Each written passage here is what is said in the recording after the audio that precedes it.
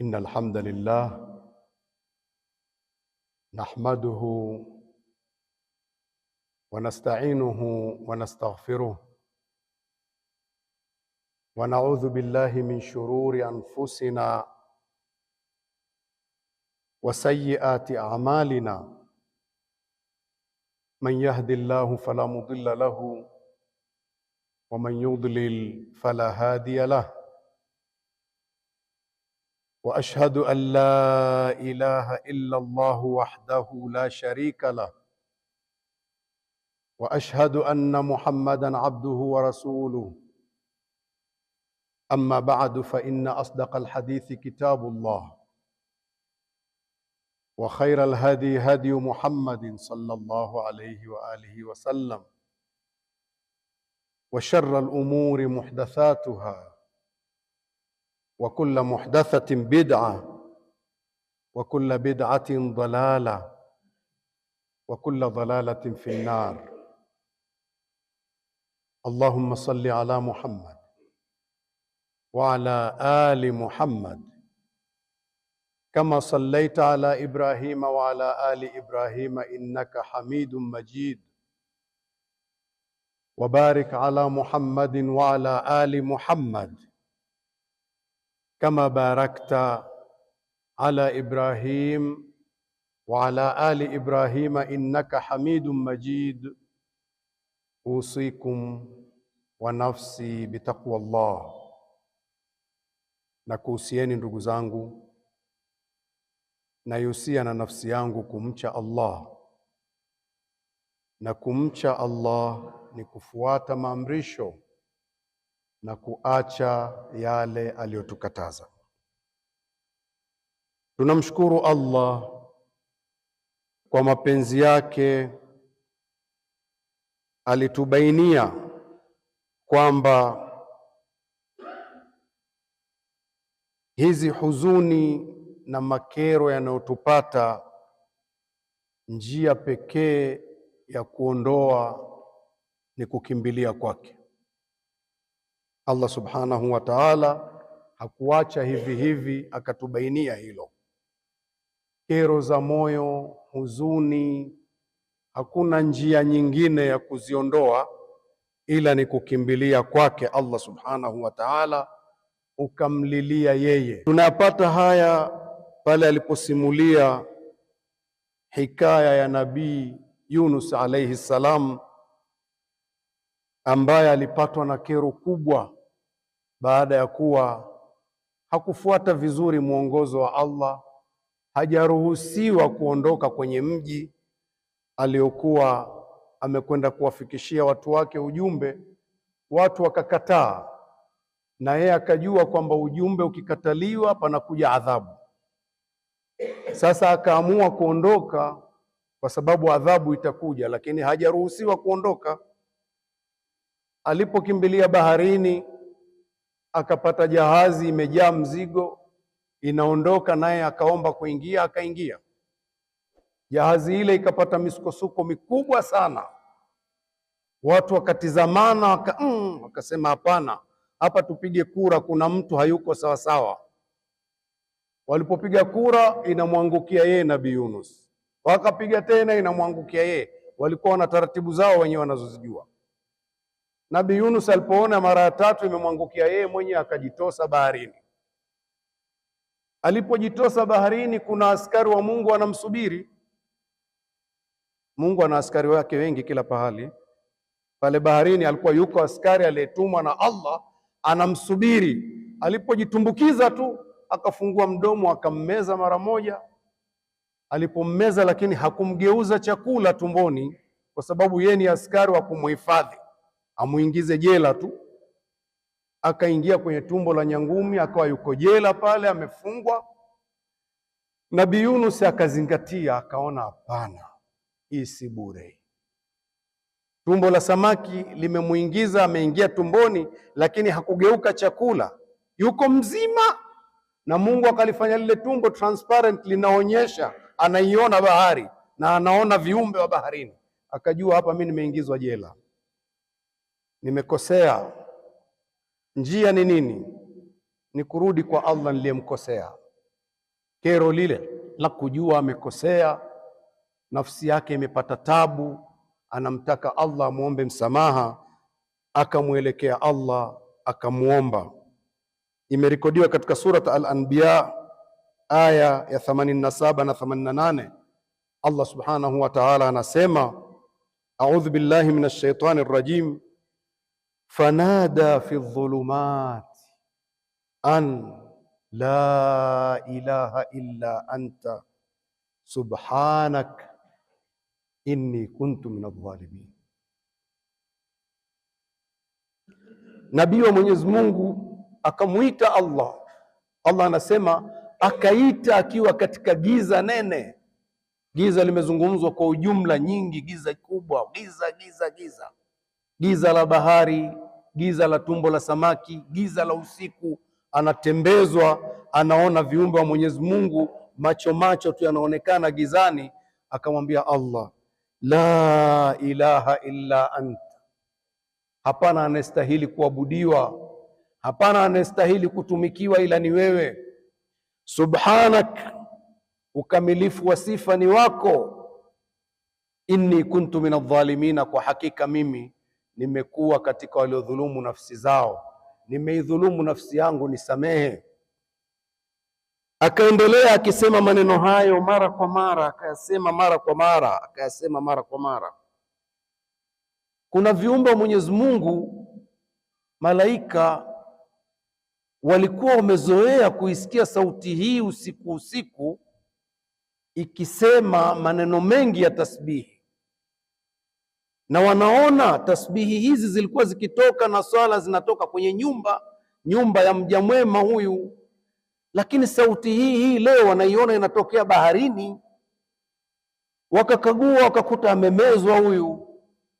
Wakamwambia Allah, mja wako yuko kwenye tumbo la samaki, tulimzoea huyu kumsikia hivi na hivi. Allah anawaambia, najua, namjua vizuri mja wangu, niachieni mwenyewe. Nabii Yunus akaendelea kumlalamikia Allah akisema sifa hizo, anamsifu Allah, nafsi yake anatamani asamehewe tu, amemkosea Allah. Swala la kuwa atatapikwa, atatolewa kwenye tumbo, hii habari nyingine, lakini Allah, nimedhulumu nafsi yangu mimi, kuondoka kule hujanipa ruhusa.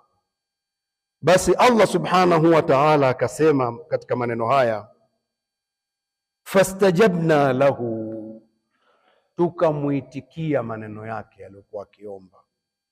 Wanajainahu minal ghammi, tukamuokoa kwenye kero lile alilokuwa nalo. Maneno ya mwisho mazuri sana, ni habari njema tunaelezwa watu wote mpaka kiyama. Wakadhalika nunjil mu'minin, na kama hivi tulivyomuokoa Yunus, ndiyo hivi waja wote watakaokimbilia kwa Allah, waumini. Wakadhalika nunjil mu'minin, kama hivi tutawaokoa waumini. Hizi ni habari njema, hizi zimo kwenye kitabu chetu. Tukikereka namna hii tukapata shida, tumkimbilie Allah, tumwambie la ilaha illa anta subhanak inni kuntu minadh-dhalimin. Allah ametuahidi wakadhalika nunjil mu'minin, kama tulivyomwokoa Yunus ndio hivyo tutawaokoa waumini. Tunamshukuru Allah ambaye pia ametubainia akatuwekea wazi kwamba kuelekea kwake kwa maombi, ukimuomba Allah ukafanya tasbihi na dhikri, ukadumu kufanya ibada, vitu hivi ndio kinga na ni sababu ya kuondoa kero na huzuni kwenye mioyo. Ameturekodia tena Allah subhanahu wa ta'ala akisimulia habari ya nabii wake Muhammad sallallahu alaihi wa alihi wasallam, iliyoko katika surat Al-Hijri aya ya 97 mpaka 99. Anasema Allah, walaqad na'lamu annahu yadhiqu sadruka bima yaqulun. Walaqad na'lam, na kwa hakika tunajua Muhammad, annahu yadhiqu sadruk, kwamba kifua chako kinapata dhiki, bima yaqulun, kwa haya wanaoyasema watu wako, wanakusema vibaya, unapata dhiki sana, tunajua hilo. Sasa nini dawa? Fasabbih bihamdi rabbik, Msifu bwana wako kwa sifa zake, sabbihillah, msabbih Allah kwa sifa zake. Wa kum minas sajidin, na uwe katika wenye kusujudu, usujudu msifu Allah. Wa'bud rabbaka hatta ya'tiyaka al-yaqin, na uwe unamtumikia bwana wako, umwabudu yeye tu mfululizo mpaka mauti ya kuchukue. Hizi ndizo zitakazoondoa hayo yanayokusumbua Mtume. Tunajua wanasema vibaya, wanakusema vibaya, wewe msabih bwana wako, utaondokwa na kero hilo. Mafundisho haya ndugu zangu tunayo. Tukiona tuna mambo yanatuzongazonga, tusisahau, iwe ni kawaida yetu kumsabih Allah. Subhana rabbiyal a'la, subhana rabbiyal azim, subhanallahi wa bihamdihi, subhanallahi alazim. Matamshi mawili anayapenda sana Allah subhanahu wa ta'ala, tuwe tunayarudia rudia. Tunamuomba Allah, tudumu kuswali baada ya swala za lazima na swala nyingine za sunna. Haya ndiyo mambo, ndiyo kinga za kutuweza kutukinga na kutuokoa na kero hizi. Tusikimbilie kuvaa hirizi wala kukimbilia sijui mafuta gani ya upako wala nini. Tunazo hazina, tumezisahau. Hebu tukumbuke ndugu zangu, kipindi tulichonacho, tunachoishi nacho sasa hivi, kero za moyo, huzuni zimeenea sana, mpaka ma TV ukiasikiliza kila mtu ana stress, watu wanazungumzia stress. Misongo ya mawazo ndio mazungumzo siku hizi. Stress, misongo ya mawazo, misongo ya mawazo. Kila mtu ana usongo wa mawazo. Mnajua ni kwa nini ndugu zangu msongo wa mawazo? Ni kwamba tumeitolea macho sana dunia mpaka tukasahau kwamba ni sehemu ya kazi, mtihani kumtumikia Allah. Tumejisahaulisha mpaka tukaona kama tumefika. Kila mmoja anaandaa kufika. Kule kuwa umejiandaa kufika, utawaangalia waliokuzidi tu siku zote, kwa sababu unataka kufika. Utasahau kwamba una wengine umewazidi. Hilo ndio tatizo hapo. Msongo wa mawazo, husda zinaanzia hapo. Fulani mimi sijakuwa kama yeye, fulani kwa nini, fulani kwa nini, mbona kuna na wewe kwa nini? Basi iko na hiyo pia. Kabla hujamkimbilia Allah kumwambia nataka hili, hebu shusha macho chini uangalie, kuna mangapi sijashukuru, kuna neema ngapi ambazo ninazo sijashukuru. Tena ungeweza ukaishi vizuri pengine kwenye hizo ulizo nazo, na unaweza ukaenjoy kabisa kwenye neema hizo, lakini kwa kuangalia ambazo huna unazikimbilia hizo, mpaka ulizo nazo na uzuri wake huuoni. Hivyo misongo ya mawazo, sijui msongo wa mawazo, shida kubwa ni hilo, kubwa kabisa. Kwa sababu ndugu zangu, huyu binadamu ni mwili na roho. Si tumekimbilia kuishibisha miili, kumbe na roho zilikuwa zinatakiwa zishibe. Roho zinaugua, zinatakiwa zipate dawa, na dawa sio ugali, dawa sio mavazi, dawa sio kujenga. Dawa za roho sio hizo. Angalia, Allah ametuambia kalima moja lakini fupi, ala bidhikrillahi, bidhikrillahi basi, ala bidhikrillahi tatma'innul qulub. Zinduka ujue, kwa kumkumbuka Allah na kumtaja tu mioyo inapata utulivu. Kalima fupi, kumkumbuka na kumtaja, mioyo ndipo inapopata utulivu hapo. Kwa hiyo roho zetu tiba zake ni dhikrullah, ni kumtii Allah na kumkumbuka na kumtaja. Ukakumbuka mimi ni kiumbe niliyetumwa hapa, nina kazi nifanye, nikimaliza hiyo niondoke. Sasa tulipokuwa tumeona kama vile tunakaa kwa kujisahaulisha, hapo ugonjwa unakuja, kero zinakuwa nyingi sana. Kuna mja mwema katika waja waliotangulia anasema maneno haya: ajibtu liman ightamma wa lam yafza ila qawli llahi ta'ala, nashangaa sana kwa mtu aliyepata fadhaa, akawa amepata matatizo ya roho, ugonjwa, anapata shida, asikimbilie kwenye kauli ya Allah la ilaha illa anta subhanaka inni kuntu minadh dhalimin, asikimbilie maneno hayo. Kwa nini? Mja huyu anasema fa inni wajadtu Allaha yaqibuha biqaulihi, kwani mimi nimekuta Allah aliposema maneno haya, kinachofuata mbele akasema hivi, fastajabna lahu wa najjaynahu min algham. Yani huku mwanzo la ilaha illa anta subhanaka inni kuntu minadh dhalimin, maneno yako hayo, Allah pale pale mbele tu akasema tukamuitikia, fastajabna lahu, tukamuitikia mja wetu aliyesema hivyo. Halafu mbele akasema wakadhalika nunjil mu'minin, na kama hivi tutawaitikia waumini, tutawaokoa. Sasa kwa nini usilisikie hilo ukalifuata? Ndugu zangu, haina maana kwamba waja wema au wanaomtii Allah huwa hawapati nao baadhi ya nyakati matatizo ya kimoyo wakasumbuka. Huwa nao pia wanapata mishkila ya namna hii vile vile, lakini kwa kuwa yeye ni mtiifu kwa Allah, anapopata tatizo hilo mara moja anakumbuka na linatibika, hana haja ya kwenda kutafuta hirzi. Matatizo haya ya moyo yanasababishwa na shetani sana. Ndiye anayetupambia husda, anayetupambia kuona tumefika. Allah subhanahu wa ta'ala hilo pia ametuambia, anasema inna shaitana lakum aduwwun fattakhidhuhu aduwa, hakika shetani kwenu ni adui na nyinyi mfanyeni adui. Shetani ni adui, mfanyeni adui. Kwa hiyo shetani ana tabia ya kupamba. Akipamba tu akili inahama, ikihama unaelekea kuona kama vile mi sina kitu, mi nimechoka, wenzangu wamenizidi wote. Kumbe sivyo, kuna wengi tu umewazidi. Kuna neema tupu nyingi nyingi nyingi zimekuzunguka, wala uzilipii. Hatulipi, bure tu.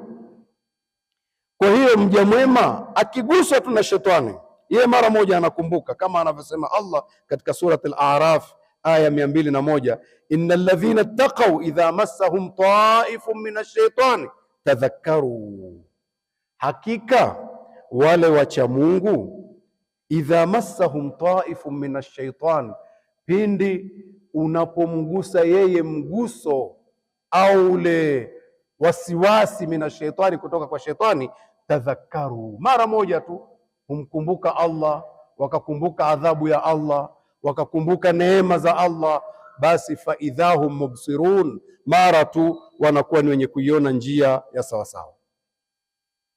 Ndugu zangu,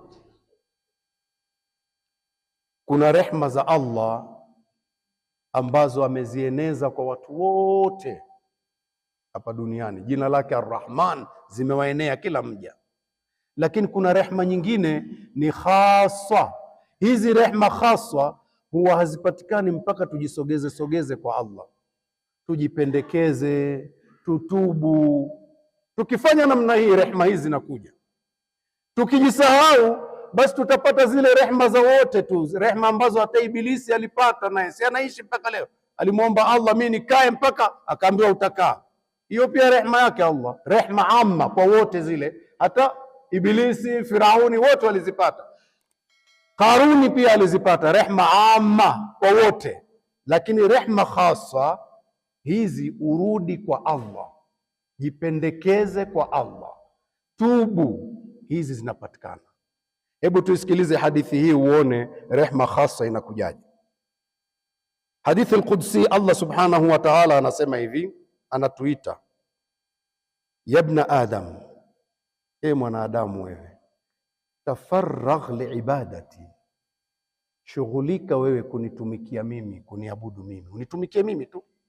Sikiliza rehma khasa. Ukifanya hivyo, amlau sadraka ghina, nitajaza kifua chako kutosheka. Qanaa, huku kutosheka huku hawapati watu wote. Ukimtumikia Allah anakupa hiyo rehma khasa. Na ya pili, wa asuddu faqraka, na nitaziba mapengo ya mahitajio yako, nasimamia. Wa man yattaqillaha yaj'al lahu makhraja, mwenye kumcha Allah, Allah anampa mapito, nitasimamia mambo yako. Wa illa taf'al, kama hutofanya hivyo, utapata zile rehema nyingine zaidi kwa wote zile. Ni hivi, usipofanya hivyo, usiponitumikia, amla uyadaika shughla, nitaijaza mikono yako kazi nyingi, nitakushughulisha shughuli zote utakuwa unazo, na mapesa utapata na kila kitu kipo, lakini walam asuddu faqrak, wala sitoziba mapengo ya mahitajio yako. Kila kitu unacho, lakini saa zote unababaika tu. Nini? Hujapata rahma khasa. Mwenyezi Mungu atulinde na shari hiyo, na atujalie kuwa ni wenye kuona, tufuate yaliyo mazuri. Ud'u rabbakum wa antum muqinuna bil ijaba wastaghfiruhu innahu huwal ghafurur rahim. Astaghfirullah. Alhamdulillah wassalatu wassalamu ala rasulillah nabiyina Muhammad sallallahu alayhi wa alihi wa sahbihi wa man tabi'ahum bi ihsani ila yaumiddin. Usikum wa nafsi bitaqwa Allah, na kuhusieni na yusia na nafsi yangu kumcha Allah, na kumcha Allah ni kufuata amri na kuacha yale aliyotukataza. Mtume sallallahu alayhi wa alihi wasallam anatueleza maneno haya, qad aflaha man aslam, amefaulu yule aliyejisalimisha kwa Allah, atapona mambo mengi akijisalimisha kwa Allah. Waruzika kafafan, na akaruzukiwa cha kumtosha, sio akashughulishwa sana, akaruzukiwa cha kumtosha akatosheka. Waqanna'ahu bima atahu, na Allah waqanna'ahu Allahu bima atahu, na akamkinaisha Allah kwa kile alichompa kiasi fulani, na akaruzukiwa kukinai. Ndio rahma khasa hiyo. Huyu mtu amefaulu, huyu hakumshughulisha, amejisalimisha kwa Allah, akamruzuku cha kumtosha. Nini cha kumtosha? Kila palipo na shida anamsimamia, kila palipo na tatizo anamsimamia hiyo, halafu anamkinaisha kwa alichompa. Huyu mtu amepata rahma khasa, msongo wa mawazo utaondoka. Allah atujalie kuwa ni katika hao.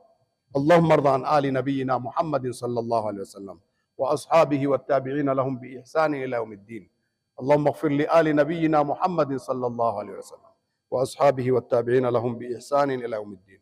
Allahumma ighfir lana wal walidina warhamhum kama rabbawna sighara. Allahumma ighfir lana wal walidina warhamhum kama rabbawna sighara. Allahumma ighfir lana wal walidina warhamhum kama rabbawna sighara birahmatika arhamar rahimin. اللهم اغفر للمؤمنين والمؤمنات والمسلمين والمسلمات الأحياء منهم والأموات. عباد الله، إن الله يأمر بالعدل والإحسان وإيتاء ذي القربى وينهى عن الفحشاء والمنكر والبغي يعظكم لعلكم تذكرون. فاذكروا الله يذكركم وادعوه يستجب لكم واسألوه من فضله يعطيكم ولذكر الله أكبر. قوموا إلى الصلاة يرحمكم الله.